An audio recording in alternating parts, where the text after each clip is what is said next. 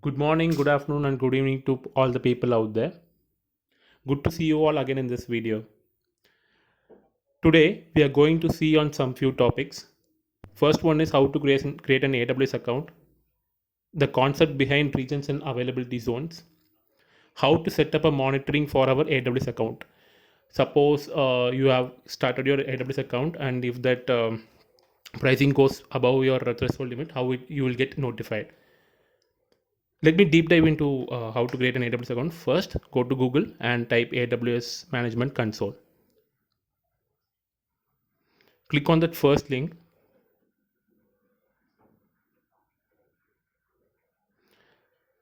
So you have two options: create a free account, and already I have an account. Click on create a free account. So this is the main page for signing up. So first one, you can enter your email address. You can type your own email address here.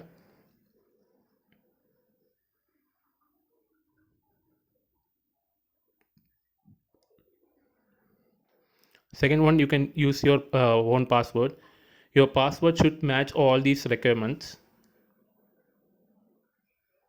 If not, there might be you won't be able to proceed to the next step.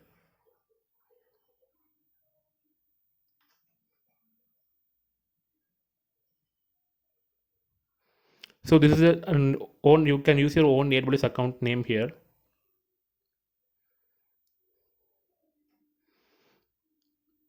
Yeah, this now has that contact information, like what kind of account you need to create, whether it is a business account or personal account. So I'm going to select personal.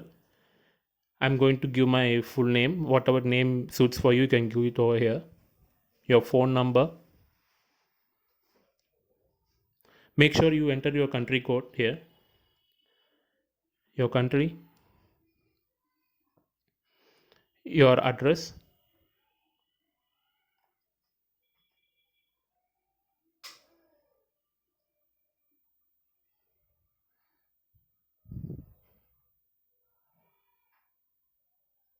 Your city. Your state. And what are the postal code it applies. You can post it here.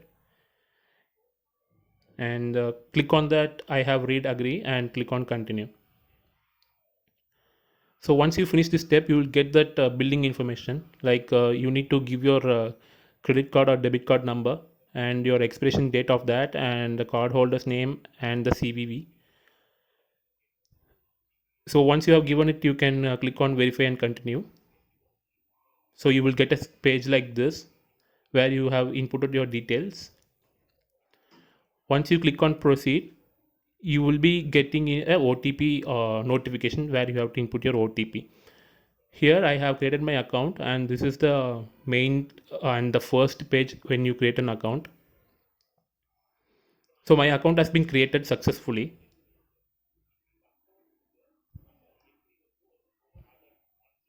Now I'm going to set up a monitoring for my account. So suppose if my account goes beyond my threshold value, say for $10, it will alert me. I will show you how to do that now. Go to simple notification service.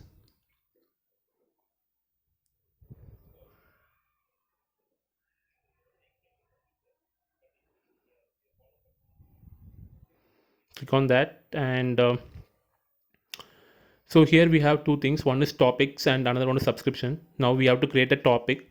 So go to the topics one, click on create topic. I'm choosing here a standard one. You can give any topic name here. So I'm giving it as billing alert and the display name. So display name can also be same thing. So these are all just your own ideas. You can put it here and click on create topic. So once your topic is created, you can see the green successful message. And now you have to create a subscription. Go to topics, and you can see a topic name over here, whichever you have created. Click on that. Click on create subscription. Here, since we need email address, we are giving it as email. Give the endpoint. Endpoint is nothing but like which email address you need that notification. So I'm giving my email address here.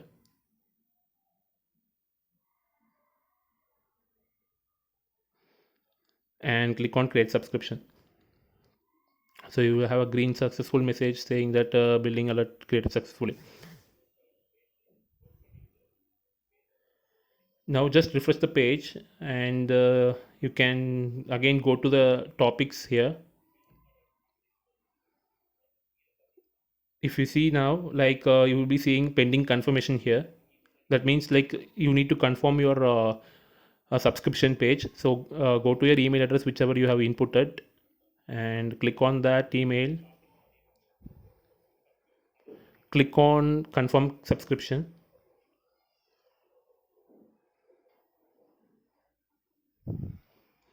So now you have got your subscription confirmed. Now go to the AWS console and give it a refresh. Now you can see your status has been confirmed. So from here onwards, like if your if anything threshold is going above threshold, you will be getting a notification to your email address. But still we have not did any threshold values. So go to CloudWatch. So I will explain CloudWatch in the further sessions of this video. I mean, further sessions of in another video. Click on alarms. Like if you see there's a building option there, click on that. Click on create alarm. Okay. So don't change the default values. That means like the metric name can be same because these are all default values provided by AWS. Don't change that. Next is currency. So whenever you create an account, the default currency will be US dollars. Like you have the options to change to your country's currency, but as of now it is US dollars. Now click on static, and I'm giving a $10 thing.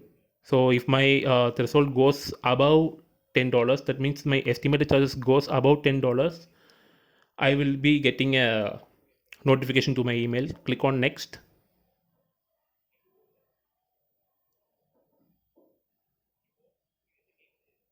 Now it is asking I if I create a alarm, so to whom I should say. That's what it is asking in this page. So you can give your topic name over here.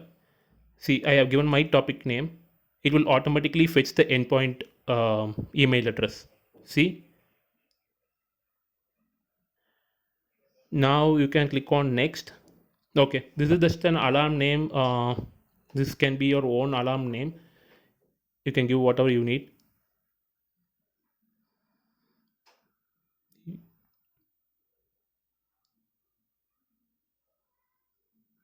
Okay, click on next. So our alarm is in preview state now. So you can click on create alarm. So this will create an alarm now. Like you can see a successful message on the top.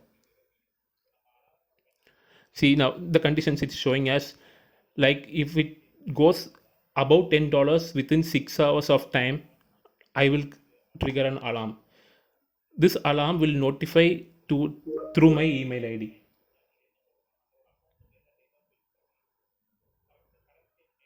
So this state is nothing but it's showing insufficient data. Now it is collecting data from my account. So give it some time. Like this will change it to OK state after some time. Now we will see about regions and availability zones. So this is our AWS entire infrastructure. So consider India as a region. Here we are having multiple availability zones. For example, Bangalore, Coimbatore, and Chennai. What is happening over here at the back end is like if you store your data, say in Mumbai region, your data is spread across multiple availability zones in AWS in these three availability zones. For example, if your data gets lost in Bangalore, you can retrieve the same data in Coimbatore, or else if this availability zone gets some issue or it's not responding or some issue has happened in that availability zone, you can retrieve your data from other availability zones. Here you are spreading your data in multiple areas so that you can there is no downtime in your data whenever you are trying to retrieve.